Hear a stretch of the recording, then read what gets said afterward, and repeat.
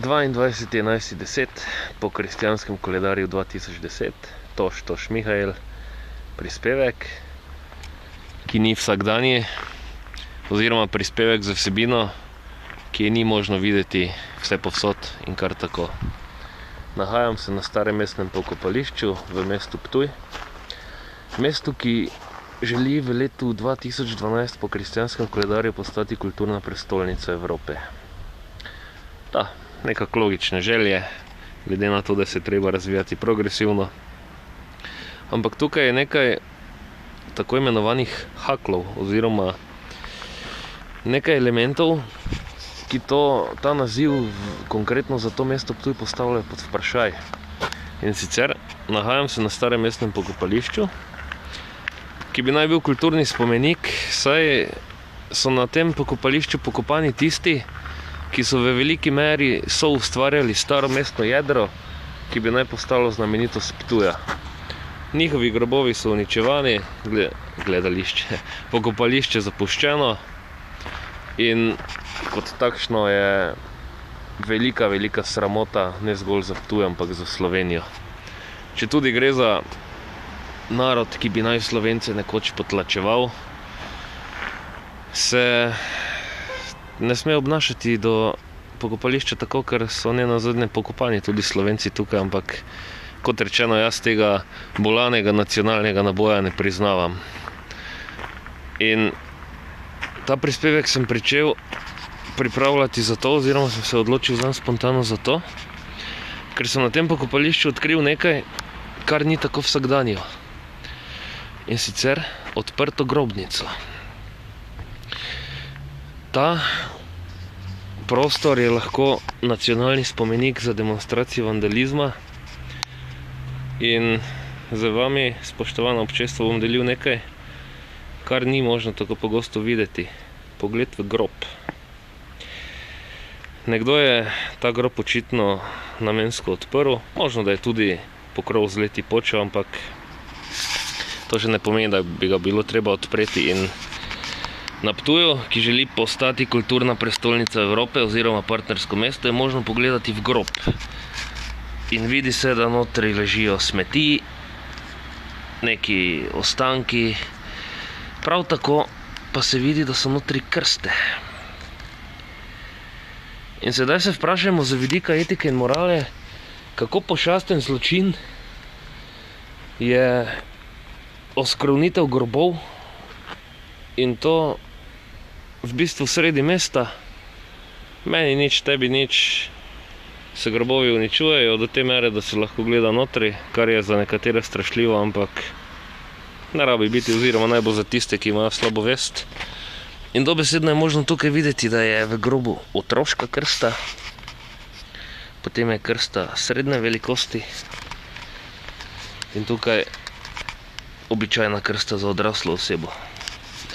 Zraven ležijo pločevinke, plastične vrečke, neki les in ostala nesnaga.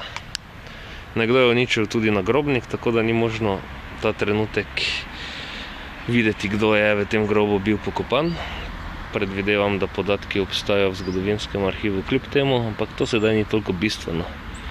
Bistveno je, da tako pošastni prizori obstajajo 22. novembra leta 2010, 1. januarja 2012 pa bi naj to mesto, ki goji takšno kulturo skrunjenja grobov, postalo kulturna prestolnica Evrope.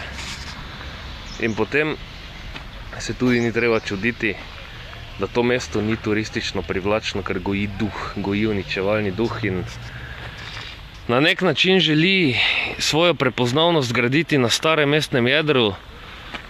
Nekateri se kitijo, kako gre za najlepše, najstarejše mesto v Sloveniji in tako naprej.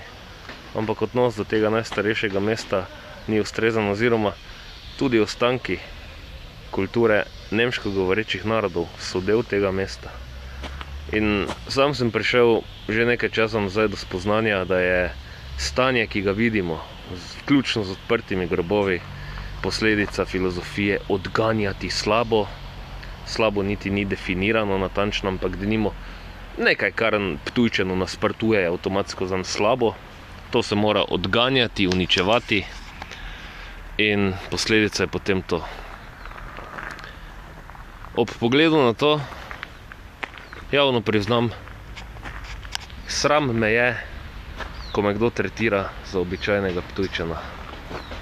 Pod takimi pogoji se nazivu Ptujčan rade volje odrečem. Kajti pogoj za uspešno predsedovanje Evropi v smislu kulture je zdrava etika in morala. Odpiranje grobov in poniževanje omedlih pa je daleč od tega. In še enkrat poudarim, da v kali zatrem bolani ptujski nacionalizem. Tukaj ne igra vloge, ne igrajo nasprotja, ki so nekoč bila med narodi vloge. Ker eno dejstvo pa obstaja.